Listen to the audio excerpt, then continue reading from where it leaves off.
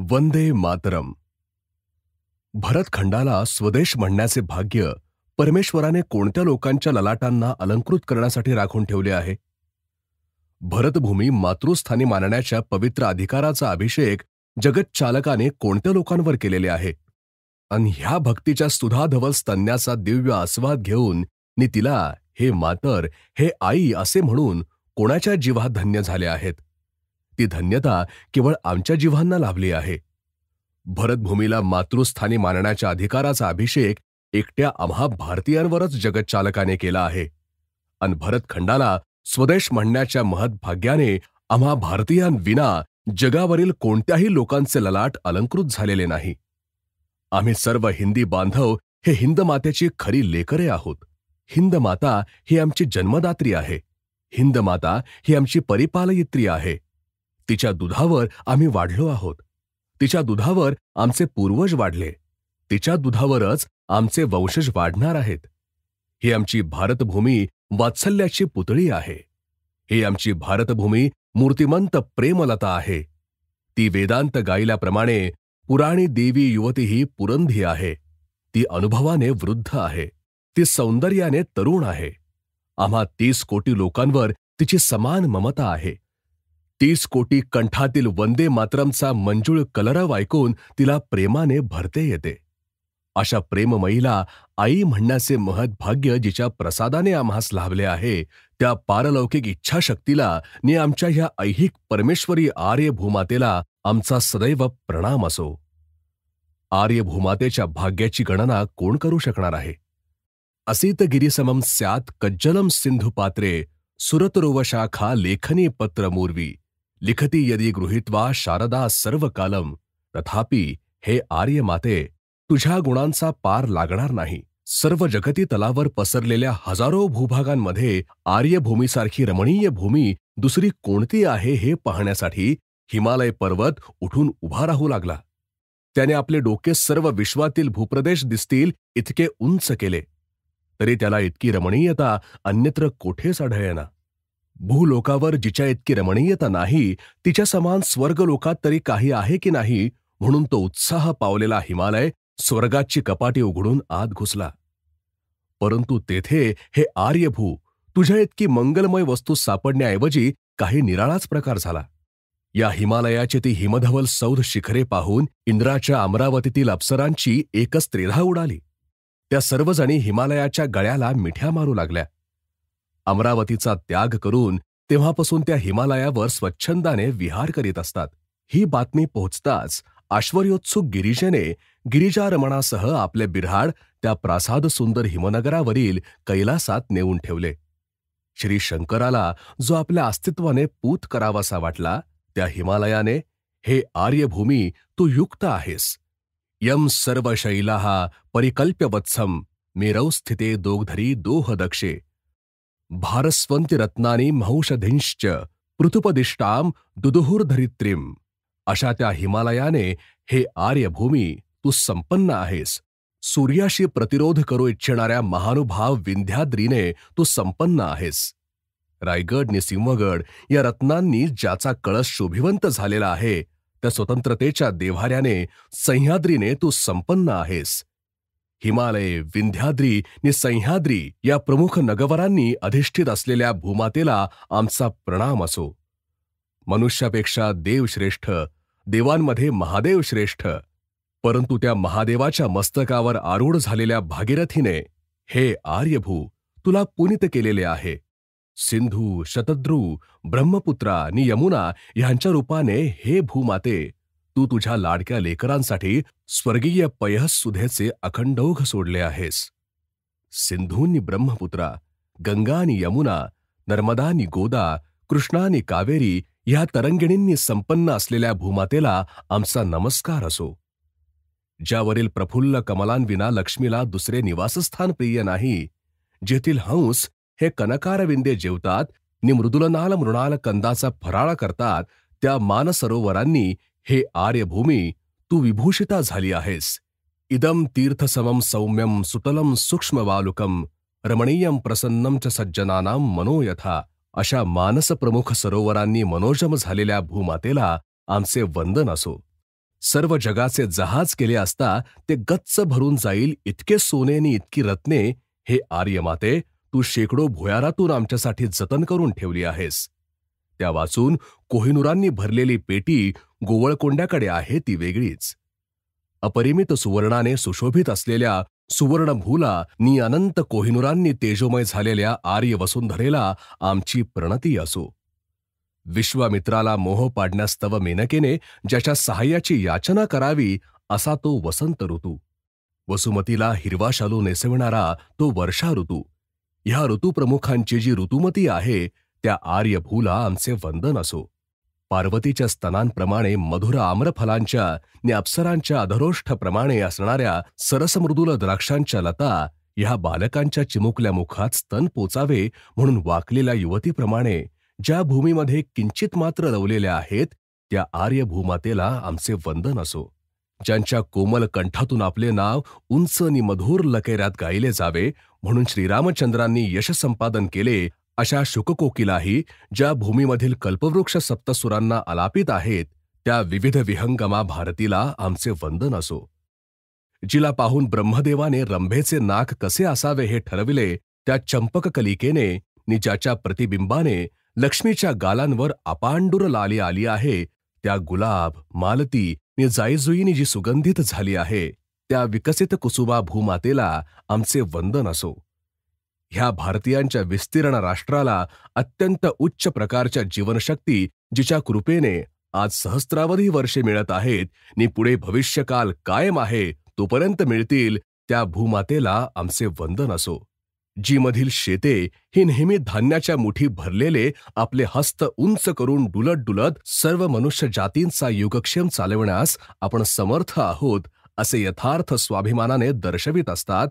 जीमध्ये भूमी सस्यशालिनी नि जीमध्ये जलाशय फुल्लारविंद असे असतात, जिच्या रथाच्या अश्वांच्या पाठी परमात्म्याच्या हाताच्या खराऱ्यांनी पूत झालेल्या आहेत, जीमधील गायी नेहमी दुभत्या असतात, अशा त्या सुभगा भूदेवीला आमचे वंदन असो. चीन देशाच्या बादशहाने चीनची भिंत बांधून तो देश जास्त बळकट केल्याचा वृथा गर्व करू नये म्हणून जिला उत्तरेकडे स्वतः निसर्गदेवीने हिमालयाची अत्युच्च आणि दुर्भेद्य भिंत उभवून दिली आहे, नि जिचे दक्षिण, पूर्व आणि पश्चिम या दिशांनी समुद्राचे विस्तीर्ण खंदक संरक्षण करीत आहेत, त्या आमच्या भूदेवीला आमचे वंदन असो.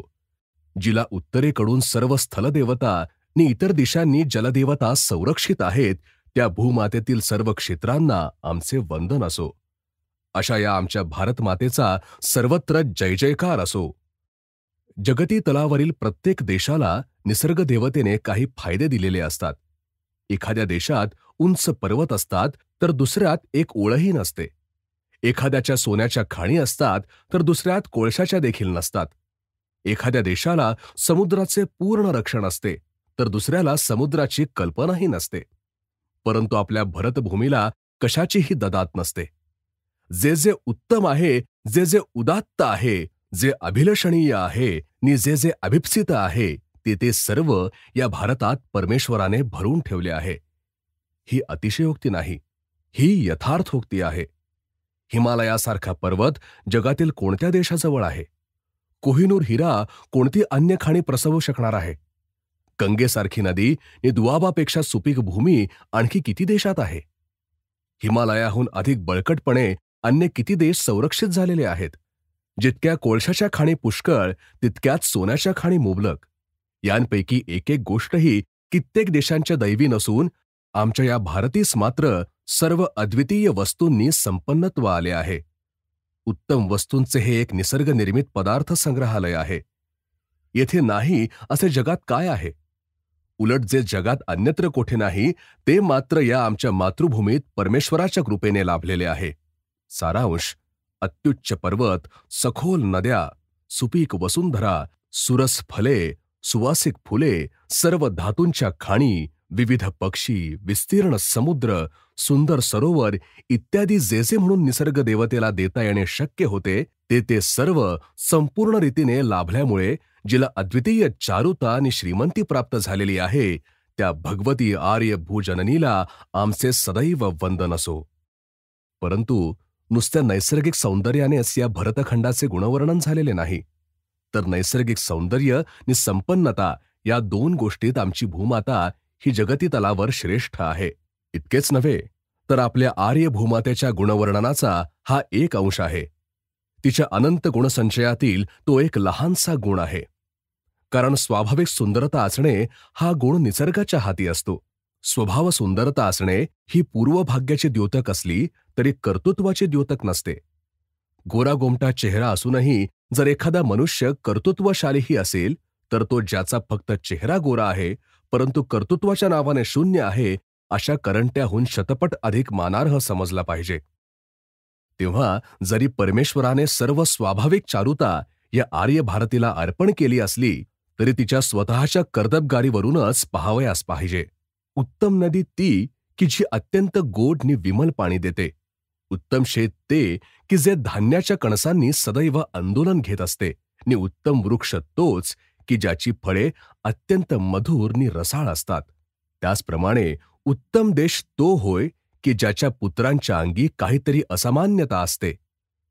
देशभूमीची खरी चारुता तिच्या स्वतःच्या महत्वाने जितकी प्राप्त होते, तिच्या शतपट अधिक रीतीने त्या देशभूच्या पुत्रांच्या कृतीवरून ठरत असते. ह्या वीर मातृत्वात जी भूमी सर्व जगात श्रेष्ठ ठरेल ती खरी श्रेष्ठ होय. ही कसोटी जर आर्य भूमातेला लावावयाची असेल, तर आमची भूमाता वीर्यवान पुत्रांची जननी आहे हे सिद्ध करण्यासाठी तिच्या वीर्यवान पुत्रांपैकी काहींचा जरी नामनिर्देश करू लागलो, तरी ते चंद्र आणि सूर्या तुमची तेजे फिकी पडू लागतील. कारण वीरमातृत्वात ही भूमी मृत्यूलोकातच काय, पण सूर्यलोकात नि चंद्रलोकात श्रेष्ठ ठरवली जाईल. इंग्लंड, अमेरिका, जपान, चीन वगैरे अर्भकांबरोबर तुलना करणे यात काहीच अर्थ नाही. ज्या वेळेस रोमचे नाव ऐकू येत नव्हते नि ग्रीस देशात वस्तीही झाली नव्हती, तेव्हा ही आर्यभूमी वीरप्रसवा आणि मानवी समाजाची अधिदेवता होती. इजिप्त, खाल्डिया नि असिरिया यांच्याही कित्येक शतके आधी आमच्या इकडे मानवी जातीची उत्क्रांती तत्वांच्या आणि दर्शनांच्या सूत्रीकरणापर्यंत आलेली होती. जगातील कित्येक भाषात 500-600 शब्दांचा भरणा नव्हता, त्यावेळेस या भारतातील ऋषीवरांनी संस्कृत भाषेला संस्कृत करून तिला सूक्ष्म विचार प्रदर्शनात प्रवीण केले होते. इतकेच नव्हे, तर तिला छंदात बद्ध करून तालसुरांवर लीला नर्तन करण्यास लावले होते.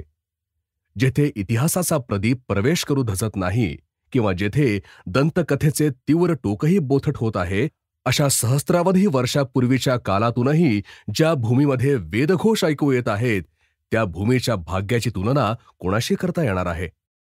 सर्व जगात अत्यंत जुना असा ऋग्वेद ह्या भूमीमध्ये निर्माण झाला.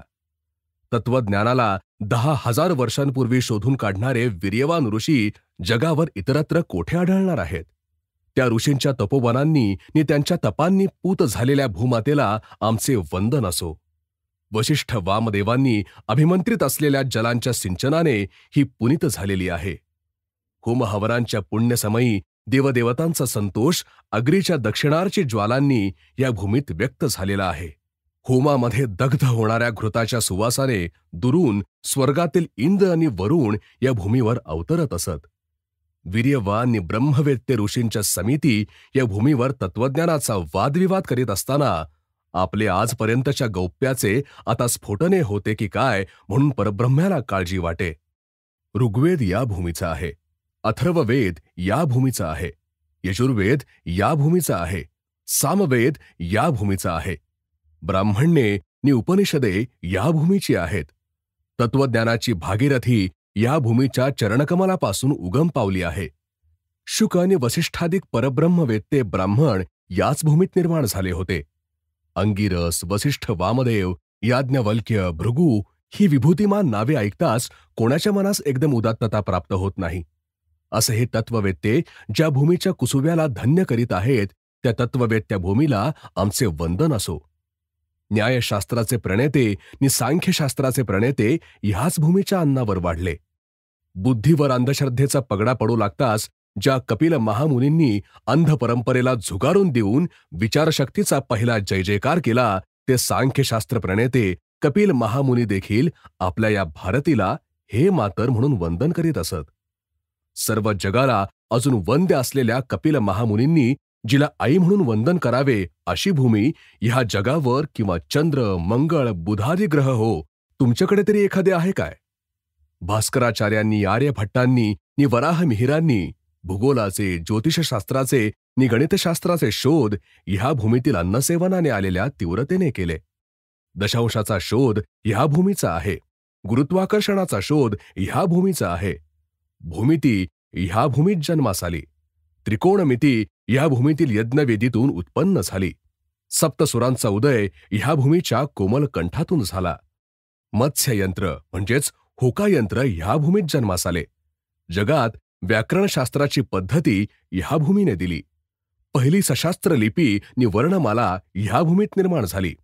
मयसभेला उत्पन्न करणारे शिल्पशास्त्र ह्या भूमीत उत्पन्न झाले. कणाद, कपिल, भास्कर, आर्यभट्ट, वराहमिहीर, भरत, पाणिनी, विश्वकर्मा, वाग्भट, गौतम असल्या तेजोभास्करांना, ह्या स्वतंत्र शास्त्र प्रणेत्यांना उत्पन्न करण्याइतके ज्या भूमीचे अन्न वीर्यवान आहे, त्या शास्त्रवेद भूमीला आमचे सदैव वंदन असो. परंतु हे तत्ववेत्ते हो नि शास्त्रप्रणेते हो, सर्व जगाला ललामभूत झालेले असे तुम्हीच काय ते ह्या भूमीत उत्पन्न झालेले आहात, असा वृथा गर्व वाहू नका. वाल्मिकीच्या सरसा सालंकरा सुपदन्यासा सुवर्णमय मूर्तीला ह्या सर्व मृत्यूपातालात कोण भुलत नाही. रामायणाइतके सरस असे ह्या जगावर कोणते काव्य आहे? तरी अप्सरांच्या अधरोष्ठांनी नि द्राक्षांच्या लतांनी त्या रामायणातील रस कितीदा तरी चोखून नेलेला आहे. पाराशर्य वयः सरोज ममल गीतार्थ गंधोत्कटम नानाख्यानककेसरम हरिकथा संबोधना बोधितम लोके सज्जन षट्पदैर हरहः पेपीयमान्न मुद्र. अशा प्रकारचे भारत रचणारा व्यास भरतभूमीशिवाय इतर कोठे जन्माला येणार आहे? जगावरील सर्व शास्त्रे बुडाली नि भारतच काय ते राहिले तरी सर्व शास्त्रांची आठवण होऊ देणार नाही. ते भारत या भूमीचे आहे. तुम्हाला काय पाहिजे? नीतिशास्त्र पाहिजे आहे? भारताकडे वळा. तत्वज्ञान पाहिजे आहे? भारत सुधामाधुरीकडे वळा. इतिहास, सृष्टीवर्णन काय पाहिजे आहे? व्यासोच्छिष्टम जगत सर्वम अशा ज्याच्या कीर्तीची, संघशक्तीची नौबत झडत आहे, त्या व्यासाला जन्म ह्या आर्यभूमीने दिला. रामायण आमचे आहे, महाभारत आमचे आहे, शाकुंतल आमचे आहे. आता भारतभूमी सोडून क्षीरसागराला कोण जातो? रामायण हा आमचा क्षीरसागर, भारत हा आमचा दुसरा क्षीरसागर, शाकुंतल आमचा तिसरा क्षीरसागर नि उत्तर रामचरित्र हा आमचा चौथा क्षीरसागर. इतक्या क्षीरसागरांपुढे त्या एकाची काय किंमत आहे? एका क्षीरसागरात राहणाऱ्या त्या लक्ष्मीकांताहून आम्ही भारतभूमीचे रहिवासी चौपट भाग्यशाली आहोत. आमच्या कवितेत लक्ष्मी आहे, पण त्याच्या लक्ष्मीत कविता कुठे आहे? या कवितेचे कांत वाल्मिकी, व्यास, कालिदासनी भवभूती ह्या सर्वांना ज्या भूमीकडून दिव्य प्रतिभास्फूर्ती झाली, त्या भूमीला आमचे वंदन असो. परंतु ही प्रतिभास्फूर्ती काव्यातच झाली असे नाही. मानवी समाजाला धर्मतत्वांनी जर काही फायदा झाला असेल तर त्याचे सर्व श्रेय आमच्या या आर्यभूमीला आहे. जगताची सर्व धर्मपरंपरा येथून उद्भूत झालेली आहे. वेदप्रणित धर्माची ती सर्व लेकरे आहेत. हिंदू धर्मापासून महात्म्या बुद्धाने बुद्ध धर्म प्रतिपादन केला. त्या बुद्ध धर्माची एक प्रत उतरून घेऊन जिजसने ख्रिस्ती धर्म तयार केला. त्यात तलवारीचे पाणी ओतून मोहम्मदी धर्म झाला आणि त्या मोहम्मदी धर्माचा ओघ नानकाने पुन्हा मूळ आर्य धर्माशी आणून भिडविला. धर्म हा जर तुमचा प्राण असेल आणि जर तुम्ही धर्मच्युत झालेले नसाल तर हे जगतावरील सर्व समाजांनो, तुम्हाला तुमचा तो प्राण दिल्याबद्दल ह्या भूमीला प्राणच आहे. त्याच्या रक्षणार्थ देह कष्टविणारे शंकराचार्य, रामानुजाचार्य, मध्वाचार्य, वल्लभाचार्य वगैरे सर्व धर्मवीर आमच्या भूमीत जन्माला आलेले आहेत. वीर्यशाली जपाना, ज्या भाग्याकरिता तू आणखी 10 सुशीमाच्या लढाया जिंकल्यास तरी तुला जे लाभणार नाही, असले बुद्ध महर्षींना जन्म देण्याचे भाग्य या आमच्या आर्य वसुंधरेला आहे. इतकेही असून अमक्यांनी अमक्याच मार्गाने परमेश्वराकडे जावे असा या उदारचरितेचा बिलकुल आग्रह नाही. तिच्या मुलांपैकी काही जण देवाला विष्णू म्हणून म्हणत, कोणी नानकास धर्मप्रणेता म्हणत किंवा कोणी बुद्धाला म्हणत. असल्या गोष्टीत त्या मातेचा आपल्या कोणत्याही मुलावर अनुदारपणाचा दाब नाही. तिच्या 30 कोटी लेकरातील हिंदू जितके तिला प्रिय आहेत, तितकेच बौद्ध आहेत, तितकेच जैन आहेत. निसर्गाने जिला सर्व जगतात अत्यंत सुंदर केली आहे, तीच ही भारत माता आपल्या वीर्यवान प्रसवांनीही सर्व जगात श्रेष्ठ आहे. ही स्तुती काव्याच्या भाषेत केलेली नाही. ही स्तुती यथार्थ आहे हे दाखवण्यासाठी वर ऐतिहासिक भाषाच वापरली आहे. पौराणिक नि दंतकथायुक्त अशा माहितीला जर क्षणभर बाजूला ठेवले, तरी वर वर्णन केलेल्या ऐतिहासिक व्यक्तींपैकी एकेकाची योग्यता अशी आहे की तसल्या एकेका व्यक्तीला जन्म देताच इतर भूमी निस्सत्व होऊन गेल्या असत्या. परंतु आज सतत अनंत वर्षे अनंत वीरांनी वीरप्रसवास झालेल्या सत्वमती भारतीला आमचे वंदन असो. परंतु मातृभूमी नुसते सत्पुत्रांना उत्पन्न करीत नाही. ह्या भाग्यशाली भूमीच्या पोटी जशी नी जितकी नररत्ने आलेली आहेत, तशीच नी तितकीच स्त्रीरत्नेही येथे पैदा झाली आहेत. तिच्यामध्ये ऋषीवृंदांना भरसभेत ब्रह्माविचारात जिंकून टाकणारी गार्गेयी जन्मास आलेली आहे. ह्या भूमीमध्ये लोपामुद्रा जन्माला आलेली आहे. ह्या भूमीत तारा जन्माला आलेली आहे. या भूमीत मंदोदरी जन्माला आलेली आहे. ह्याच भूमीत दमयंती जन्माला आलेली आहे. ह्याच भूमीत सावित्री जन्माला आलेली आहे. भूदेवीच्या मुलीही मुलांइतक्याच पावन आहेत. याच्यासाठी आणखी किती नावे द्यावीत? तथापि अजून कोणाची खात्री होत नाही काय? नसेल तर ऐका. आम्ही एकच पवित्र नाव सांगतो, ते ऐका. सद्गुण, औदार्य, धाडस, पातिव्रत्य, सदयता, निसर्ग गंभीरता नि दिव्य सुंदरता ह्या सर्व सद्गुणांना ज्या एका नावाने संबोधिता येईल, असे आम्ही आता एक नाव सांगतो, ते ऐका. ज्या नामोच्चारणाने आम्ही नि आमचा देश हे सदैव पावन होतील, असे आता एक नाव सांगतो, ते ऐका. हे जगावरील सर्व प्राणी मात्र हो नि स्वर्गातील सर्व देव हो, ते नाव श्री सीतादेवीचे होय. सीतादेवी ही भूमीच्या उदरी पैदा झाली. ज्या भूमीच्या उदरी श्री जानकी पैदा झाली, त्या भूमीच्या उदरी आमचाही जन्म झाला आहे, ही कल्पना मनात प्रवेश करताच ते आकाशाहूनही विस्तृत होते. जे क्षेत्र उत्तम धान्य देते ते श्रेष्ठ, तसेच जो देश उत्तम स्त्रीपुरुषांना प्रसवतो तो श्रेष्ठ आहे असे समजून आपण ह्या भारतात श्रेष्ठत्व पाहू लागलो, तो काय आढळले? अंगिरस, गर्ग, वसिष्ठ, वामदेव, याज्ञवल्क्य, जनक इत्यादी महातत्ववेत्ते, कणाद, कपिल, भास्कर, आर्यभट्ट, वराहमिहिर, भरत, पाणिनी, वाग्भट, चरक इत्यादी शास्त्रवेत्ते, व्यास, वाल्मिकी, कालिदास, भवभूती इत्यादी कवितादेवीचे लाल, गौतम बुद्ध, शंकराचार्य, रामानुजाचार्य, मध्वाचार्य, वल्लभाचार्य, गुरुनानक इत्यादी धर्मसंस्थापक, श्रीराम, नल, युधिष्ठिर यांसारखे रंजनशील राजे, अर्जुन, श्रीकृष्ण नि कर्णादी करून अतिरथी महारथी, चंद्रगुप्त, शालिवाहन, अशोक, विक्रमाजित वगैरे साम्राज्य संस्थापक, शुकाचार्य आणि हरिश्चंद्र यांच्यासारखे मूर्त सद्गुणी, गार्गेयी, लोपामुद्रा, अहिल्या, तारा, मंदोदरी, सावित्रीनी, सीता इत्यादी युवती. प्राभाग्याची गणना आता कशी करावी? ह्या विभूतींचे हे नामोच्चारण नुसते मासल्यासाठी म्हणून केलेले आहे. तरी हिंदुस्थानचा प्राचीन इतिहास उपलब्ध नाही. जो आहे तो व्यवस्थित रीतीने संकलित केलेला नाही, नि जो संकलित आहे तो संबंध आकलन करण्याची ग्रहणशक्ती नाही. भारत महोदधीच्या उदराशी जाऊन त्यातील हे चोचीवर पाणी ह्या टिटवीने आणले आहे. परंतु इतक्यानेच काय झाले आहे? केलेले वर्णन तर आमच्या इतिहासाचा पूर्वार्धच आहे. आधुनिक कालातील रत्नांची यादी तर अजून अलाहिदाच आहे. चितूरचे प्रतापसिंह, बुंदेलखंडाचे छत्रसाल, बंगालचे प्रतापादित्य, रायगडचे हिंदू पदपादशहा, पुण्याचे शनिवारवाड्याचे मालक, ग्वाल्हेरचे महाजी, पानिपतचे मैदान, सिंहगडची दरड, रांगण्याची खिंड, ज्ञानेश्वराची लेखणी, विठोबाचा भक्त, समर्थांचे दास, किती सांगावे, कसे सांगावेत, ते कोठवर सांगावे? योद्ध्यांची यादी द्यावी का कवींची द्यावी, का देशभक्तांची द्यावी, का स्वातंत्र्यवीरांची द्यावी, का मुत्सद्यांची द्यावी? हे आर्य वसुंधरे, तू सुभग आहेस, सुजला आहेस, सुवर्ण आहेस, सुरत्न आहेस. तुला आमचे वंदन असो.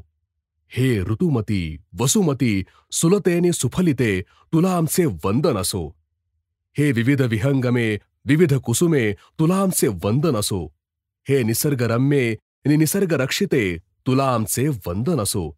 हे पुराणी देवी युवती पुरंदरी तुला आमचे वंदन असो. हे तत्वज्ञे नि शास्त्रज्ञे तुला आमचे वंदन असो. हे प्रभामयो नि धर्ममयी तुला आमचे वंदन असो. हे सत्वमती नि वीर्यवती तुला आमचे वंदन असो. हे स्वातंत्र्या तिलक भूषिते तुला आमचे वंदन असो. श्री शंकरादी त्रिदश देव जिचे रक्षण करत आहेत त्या तुला आमचे वंदन असो. नरद, तुंबर, व्यास, वाल्मिकी तुझ्याभोवती तुझी स्तोत्रे गात आहेत. तुला आमचे वंदन असो. श्री शिवप्रतापादी तुझ्या शत्रूंच्या नरडीचा घोट घेत आहेत त्या तुला आमचे वंदन असो. वंदे मातरम, वंदे मातरम, वंदे मातरम. बिहारी चैत्र शुद्ध द्वितीया शके 1828.